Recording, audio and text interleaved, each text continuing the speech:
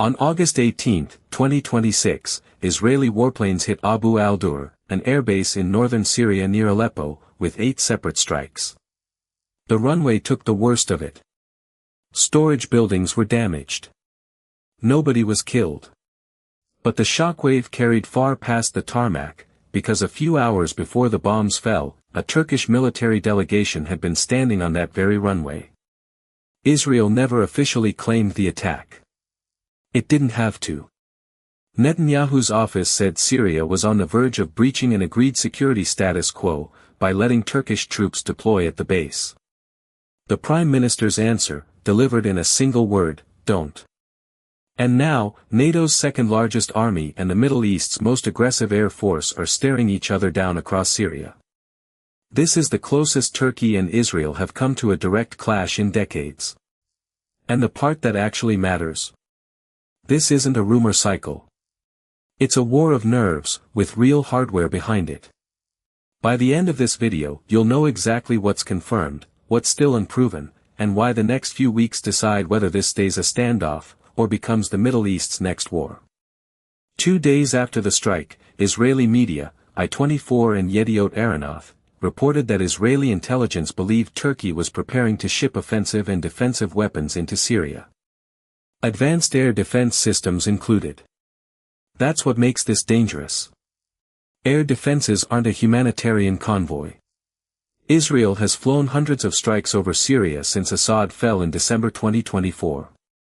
A Turkish air defense umbrella in the north changes the equation. Israeli jets suddenly stop flying free.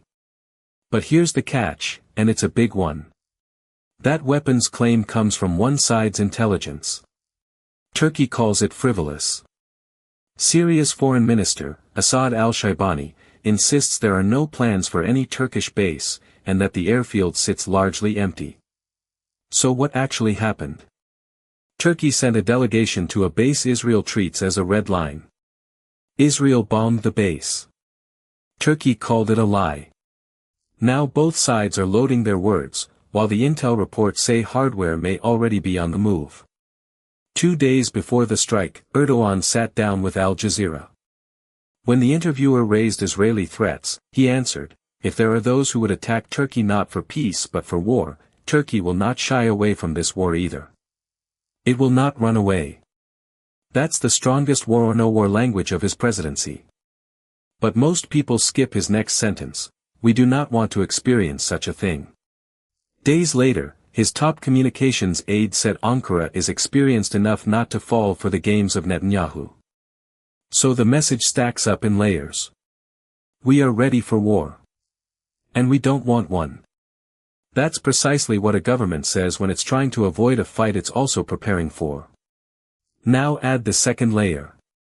August 7th, in Mecca, Erdogan, Saudi Crown Prince Mohammed bin Salman, and Pakistan's Prime Minister, Shehbaz Sharif, signed a joint defense agreement. Attack one, and you attack all three. People are calling it an Islamic NATO. Turkey brings NATO's second-largest army. Pakistan brings the nuclear arsenal. Saudi brings the oil money. Put the three together, and you have a real counterweight to Israel's near-total freedom of movement over the region. Israel noticed. Ambassador Yahil Leiter told the press that Turkey's creeping footprint in northern Syria now covers about 3,500 square miles, around 5% of the country, while Israel holds just 78 square miles in its security zone. That imbalance is exactly what Israel's red line is meant to freeze. So stack it up. Israel bombs a base. Turkey threatens war. A new defense pact takes shape. And the intelligence says weapons are moving. Here's what makes the next few weeks genuinely tense. Israel votes on October 27th. The U.S. midterms land November 3rd. Netanyahu's campaign is already built on security. Last week, an Israeli station ran a billboard showing Erdogan's face beside Hezbollah's leader, with the boast that Muslim leaders want Netanyahu to lose. Election-grade tension.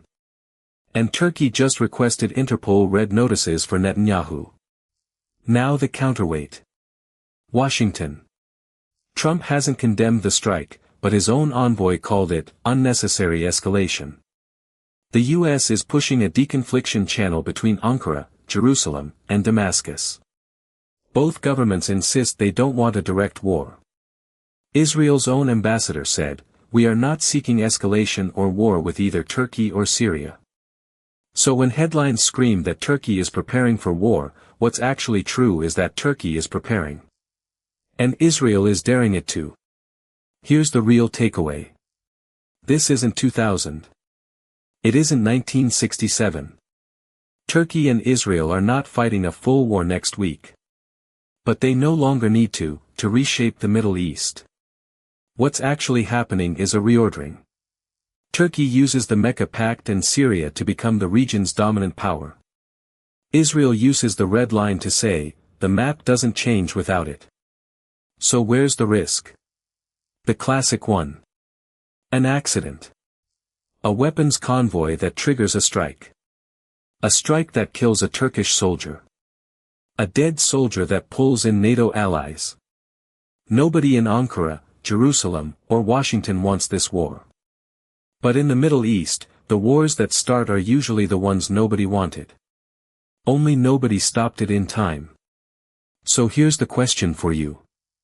Will Israel bomb the next convoy, or will the Mecca Pact make it hesitate? Drop your take in the comments. And if you want this story week by week, subscribe. Situations like this shift overnight, and we'll be tracking it.